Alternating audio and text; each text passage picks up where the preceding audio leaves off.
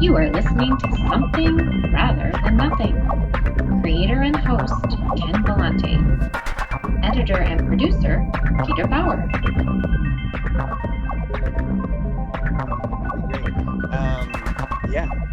There's no main questions that pop to mind. The only main question is, I noticed you have an accent. I'm curious where you are from. I'm from Pawtucket, Rhode Island, just outside of Providence. Yeah. Gotcha. Okay. Perfect. Yeah. So, actually, birthplace of the Industrial Revolution. First, mill that was put on the river and used the moving water for energy for the mill, and basically the whole textile industries of the Northeast kind of just built off of that. And awesome. So old industrial city, and actually used to have the company Hasbro, the toy manufacturer there. Yeah. There's just corporate offices there, but Sure. So all right, so let's get into it. First big question is, what were you like as a young child? What type of things were you interested in?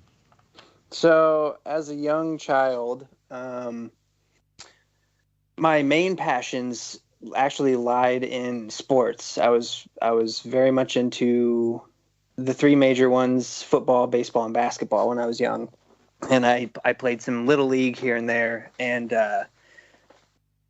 aside from sports, hanging out with the neighborhood kids, we had a pretty large VHS collection in my house. So, like I said, I was kind of raised in front of a TV with movies specifically, and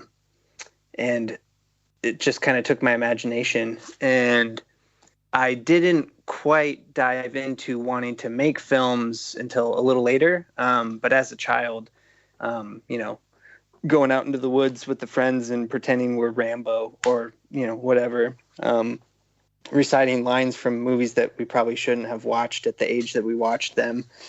Not many 10-year-olds probably watch Die Hard when they're homesick from school, but yeah, maybe more should. The message, right? Exactly. Right? Yes. And no, that kind of shaped my personality. My friends kind of regarded me as comedic at times, and I grew up with an older sister. She's 2 years older than me, and we kind of hung out here and there, but it was mostly just me with the neighborhood kids. Grew up in a small town, Philomath, Oregon, about 4,000 people. And it's growing a little bit now, but yeah, I was fairly outgoing, and had a good upbringing. Mom and dad, high school sweethearts, so they raised us well, and yeah, I had a good childhood. It's really great to hear. And just so the role of film, I can share a couple things with you that I share similarly. My dad is a huge film buff and watched tons and tons and tons of films.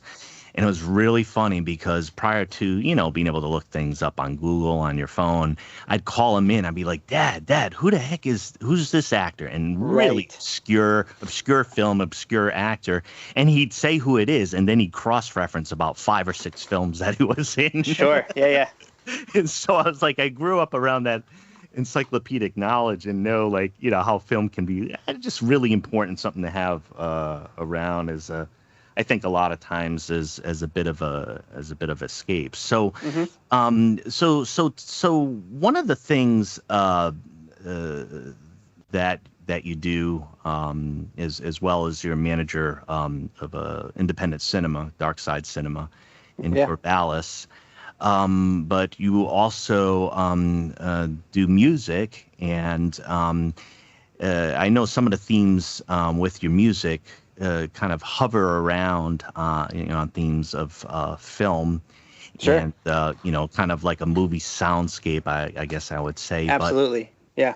And so I'm I see those things kind of moving back and forth between each other. But tell us about your process of creating music, and where it comes from, because from some of your descriptions, it sounds like you're kind of capturing things, or you're capturing sounds, and are letting things arise. Is that the case? Is that how you go about it? That's kind of the case now. It didn't start out that way. I didn't get into music until after high school. I graduated in 2005, and it was around that time that well, I'll backtrack a little bit. I had a good friend who took drum lessons, and I would go sit in on his drum lessons, and I've always gravitated towards rhythm when I listen to music. Lyrics kind of fall by the wayside, but I'm always listening to the drums.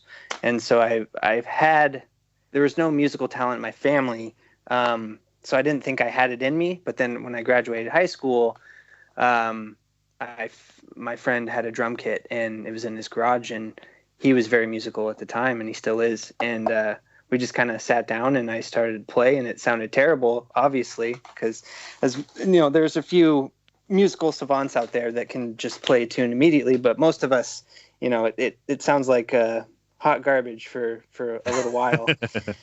So I started playing the drums, and then I joined a couple bands, and I was playing their music. I wasn't doing anything of my own at the time, and until about probably 4 years ago, I started to kind of branch off from those bands, and I started exploring different sounds that I admired or that I was curious about, and then I started to kind of play around.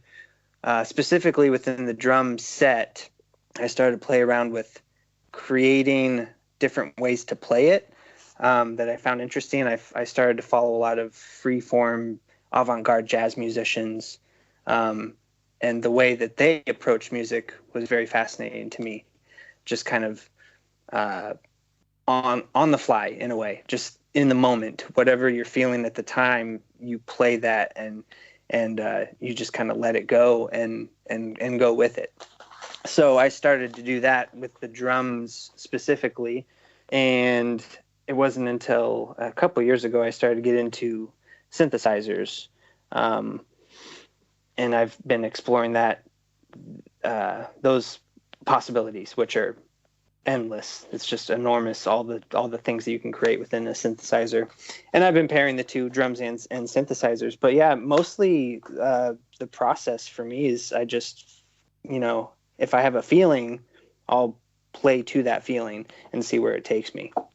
I really like that description, and I like how you described that at the end. That really brought it in for me, and I heard some of that in your songs. Mm-hmm. We're talking with Joey Bauer on Something Rather Than Nothing podcast, and what we're gonna do, Joey, is play a track of 12 Ribs, and I'm gonna play it, and it's off Telepornographic Hypnosis Conspiracy, and it's by your alter ego, The Obvious. That would be correct. Yes, Theo B. Veeus, absolutely. All righty. There we go. We're going to play 12 Ribs.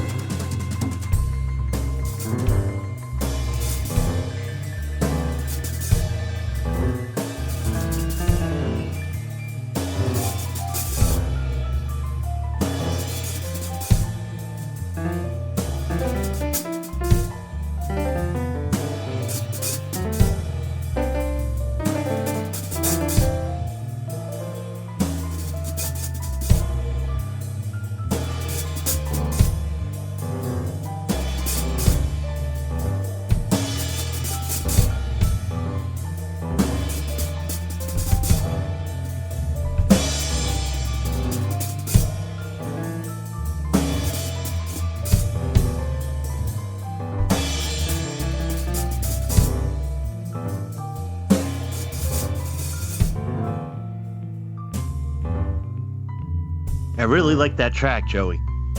Thank you. Yeah. That album actually is if we want to talk about that for a little bit, that was that was a fun album to do. Tell us about that. Why was it a fun album? Tell us. Well, the approach to it was different, and I had a couple of my friends help me with just a few songs. I had my friend Charlie, who I was in a band with.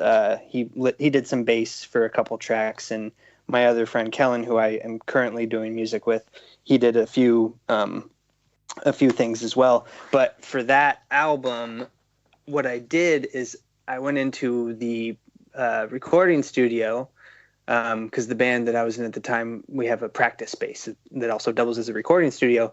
And so we had my drums mic'd up 24/7. So I could just go in whenever I wanted to and turn on the computer and record. And so what I did is I just played all the tracks. That is the first thing that came to my mind.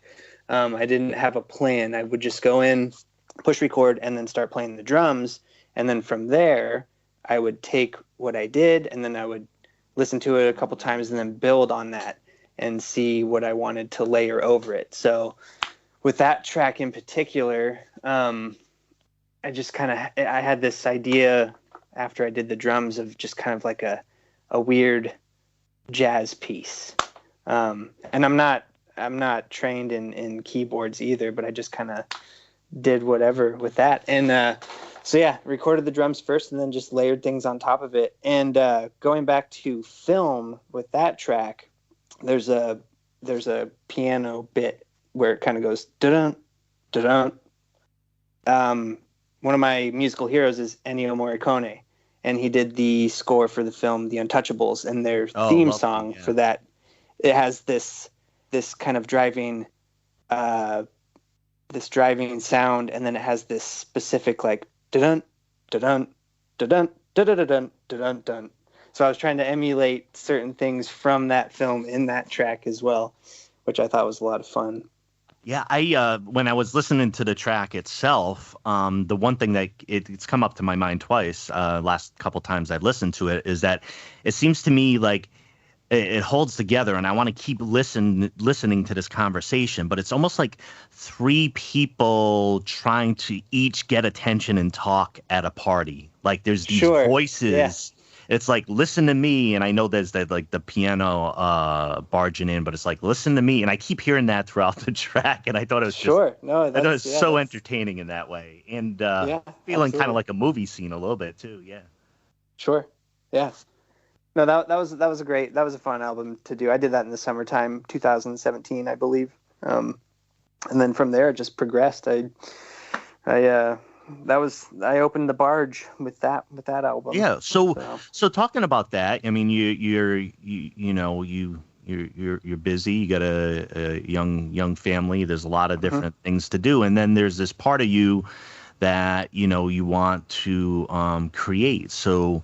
What compels you to create something? What drives you to take your time and create a music and images? I think it stems from once I discovered I had musical capability, it started to grow inside me that there were feelings and emotions that I wanted to get out. And a way for me to do that was through music. At first, I wanted to be a filmmaker, and I found that was quite time-consuming and expensive. Being a musician is also time-consuming and expensive, but you can do things on your own. Whereas with a film, you have to assemble a crew and there's schedules. But with music, I mean, I could be home by myself and plug in a keyboard and just kind of let loose, or play the bongos. I wanted to create because of things inside me that I wanted to release in a specific way, and that was through music. Do you feel those things where you could only express through music? Absolutely. I also like to write, and there's certain things I can express through my writing. but mostly the greatest expression for me is musically. That's really great. I talked on a previous show about my, when I started painting, which was transformative as far as my approach and my exploration further into art. But for the first time, it was like a transition from trying to write or speak, and then I'm like, I don't even know what I'm doing with this paint. I don't know what I'm doing with the canvas, but I'm doing something, and it's a different type of language. And it was like kind of just walking along and being like, okay, I need this language to get around. Which is why, of course, I asked the question about the music, because I have a connection to songs in that way. But I always love to delve into the mind of, the music creator and how you arrive at that point. And it sounds like the accessibility to creating really, really helps you. So now you're an artist. You're creating these songs, and I believe they're works of art. Sure. But for you, when you're creating something, are you looking to create a work of art? And if so, what is it? What is art? What are you creating? Sure. I would agree that I am trying to succeed in creating art. In Corvallis, there's a great community for artists. There's a fantastic noise scene where people just do harsh noise or ambient noise or whatever, and it's very expressive. But yeah, what I try to create is I want to put it out there for people, and I don't necessarily want a reaction from them, but I just want them to know that I put it out there for them, and they can do what they want with it.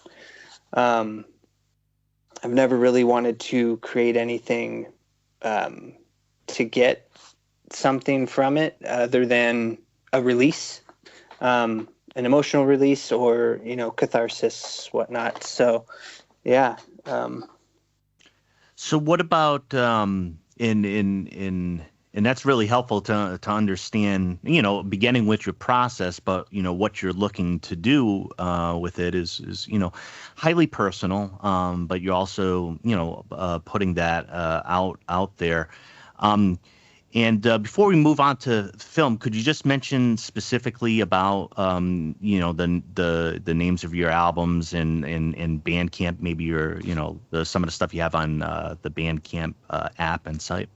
Sure, yeah. So I think the first one, Telepornographic Hypnosis Conspiracy, I lifted that from a sci-fi book. It might have been Logan's Run. I can't remember specifically, but a lot of things stem from my admiration of sci-fi. I believe the second or third album on there, it's just 7 dots. There's no name to it, but that one I created after my wife's grandpa had passed away, and there's a lot of emotions kind of bubbling up from that, and I wanted to create an album giving my respects to loved ones.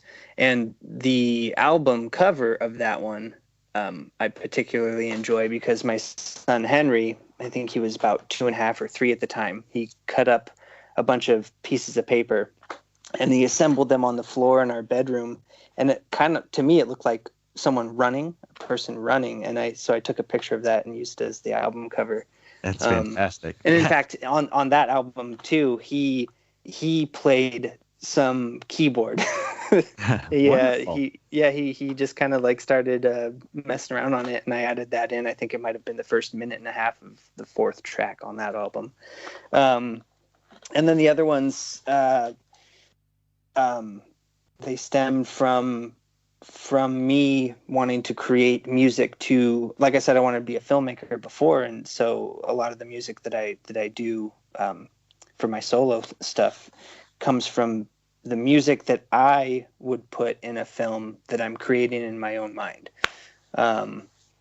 very atmospheric soundscape kind of stuff. So it all stems, from cinema and just from wanting to release a meditation in a way of emotions and stuff. So yeah, and so you and within film, I mean, you work and manage Darkside Cinemas, right? Mm-hmm. And why don't you? I was wondering. I wanted to ask you specifically. What's the status? What's the vibe around the a smaller film house nowadays, and what you're able to bring in, and a lot of changes in the industry? Is it enjoyable? Sure, yeah. Is there a lot of pressure? I mean, what's it like? I would say there's a lot of pressure, and it's incredibly enjoyable. The community in Corvallis is they're very receptive to what we do and what we bring in. We have a couple multiplexes in town, and of course they're going to play the superhero films and those things. And every once in a while they'll get an indie film, but mostly that's for us, and it's catered to our demographic, which is a lot of the highest demographic for us is age range of 40 to 65. And we've transitioned into digital. We're not running 35 millimeter anymore like we used to. I think all that ended in about 2011 or 12. They stopped printing 35 millimeter prints, and everything now is on hard drives. And the little art houses we had to upgrade to survive. We had to pay some big dollars to get the new equipment in. And the community in Corvallis, they came out first, and they helped in a big way with some fundraisers. But we don't survive on ticket sales or concession sales. It's what my boss says. We're in it for the hearts and minds. We're winning the hearts and minds from the programming that we have. We do a lot of documentaries and foreign films, things that people don't see regularly, and then they can have a great conversation afterwards about what they just saw and seeing a different perspective of the world. So it's a passion project. Absolutely. Yeah. It's really the only job I've had. And I love it because, I've gotten to know a lot of folks that come in all the time. And we're constantly evolving as well to try to stay relevant.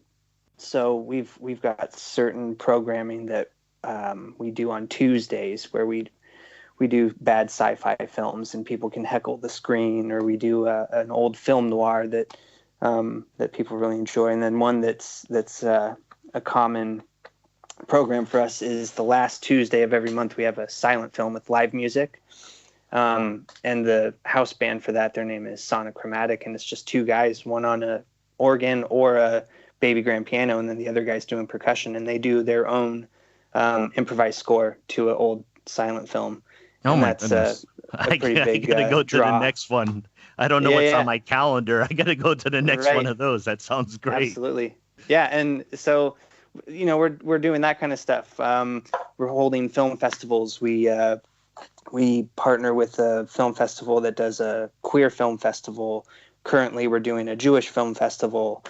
We've done other international film festivals. So we're getting people in that are curious about what the world has to offer in as far as cinema goes. So it's a fun job. Oh, and thanks for doing that. I mean, I've always tried to hunt down those places, and a lot of times out of necessity for the films that that I've wanted to see. And so, what was the best film you've seen within the last say 6 months? Oh, 6 months. Well, specifically at the Darkside, I would say it wasn't 6 months ago. I'm cheating a little bit. It was, that's fine. I think last year. You Were Never Really Here with Joaquin Phoenix, where he plays the veteran who rescues young girls from sex trafficking in New York, I believe. And it's directed by Lynn Ramsey. Yeah. It's phenomenal. It's directed by Lynn Ramsey. She's done 4 films. That was her 4th film. Okay. And I think it's a masterpiece. It's one of the films that that I would like to make. That it fits that category for me. And every step of the way, it was just perfect. Not a missed note in the whole thing. In fact, once it was done, it's a heavy film, but once it was done, I wanted to watch it again just because I couldn't articulate how I felt about it quite yet. And yeah, I know. When a film hits me like that, it's like, oh boy, I got to sit on this one for a while because that was something else. So I would say that one. I know that feeling. That's a good tip on that one. And related to it, as far as how did the music interact with the film? Did you pick up a lot on that? Yeah, so the score was done by Johnny Greenwood, who is a member of Radiohead, and he's been doing film scores for Paul Thomas Anderson lately. In fact, his score for the film Phantom Thread is phenomenal, which is also a great film. Yeah, it's not overwhelming, and it kind of goes subterranean in parts where you don't really notice it's there, but it holds everything together in the moment. It's non-intrusive. It just works really well with the film, and I think Johnny Greenwood, he does a pretty good job of that. Yeah, I known he had done some of that work, and you see some really amazing.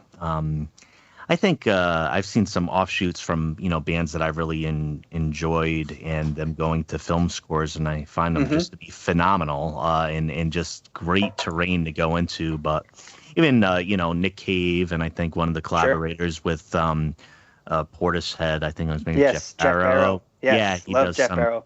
Yeah, he does some incredible stuff. I definitely heard in the work that you had done, it sounds like creating that kind of world with sound. Absolutely. That was really cool to inhabit, and of course with Greenwood, right? So, I'd imagine yourself being into kind of the great music or great bands to enjoy in those guys. In fact, Jeff Barrow, he's in a group called Beak, and I recently saw them. I think it was 6 months ago or so.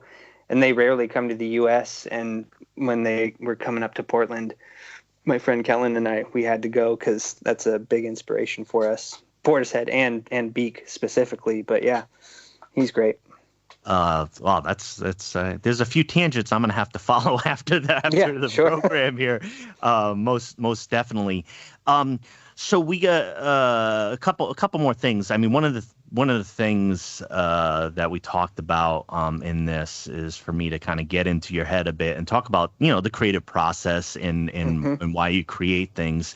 And the show itself as a whole asked the question, why is there something rather than nothing? Applied to art a lot of times, but one of the things I heard in your songs in the music was kind of like this landscape where it seems that things were there and then things and sounds appeared out of that. So it really prompted that question in my head, for you. And you can answer it with reference to the piece, but why is there something rather than nothing? Well, there has to be, in my mind, I think there has to be something, because if there isn't, then you fall into nothing. And when you fall into nothing, you become stagnant, creatively or just in general. So you have to put something out there. And a lot of times, something comes from nothing. You could be in a very dark place, or in the case of writer's block, you're stuck. There's nothing there, but then you find something wiggles its way in, and then you have something to grab onto, and so you start to make something from nothing. But I believe there always has to be something, because that is the driving force for specifically me creatively. I have to find something to move forward. Inspiration is something for me, and lots of things inspire me. Specifically, cinema that inspires me to create music, and interactions with my friends inspires me to create. My family, that they inspire me to create, and that's all something. So you have to have something, because like I said, if you don't have it, then things just become nothing. It's kind of like the Never-Ending Story. I think the biggest villain in that film is the nothing. Aha! And I might have stumbled upon it. Yeah, you don't want to go there. So. Absolutely. Well, I mean, that's thank you so much. I mean, that was I really enjoyed your description, and on the podcast itself, we're going to continue to explore those processes, but also to kind of keep interrogating that question. But I heard a lot of what you had to describe was about moving forward in life, and casting forward energy, and mining a bit, psychologically down into where you think, there's nothing but pulling something out. I want to thank you, Joey Bauer, for being on Something Rather Than Nothing. And thank you. It's been a pleasure chatting with you, and really appreciate the art that you're creating, and keep on doing it, because I think when a lot of people hear what you have to do within the sounds that you create, I think they're going to enjoy exploring those pieces of art you create. And just wanted to thank you again, Joey. Well, thank you, Ken. I appreciate it. Have a great evening.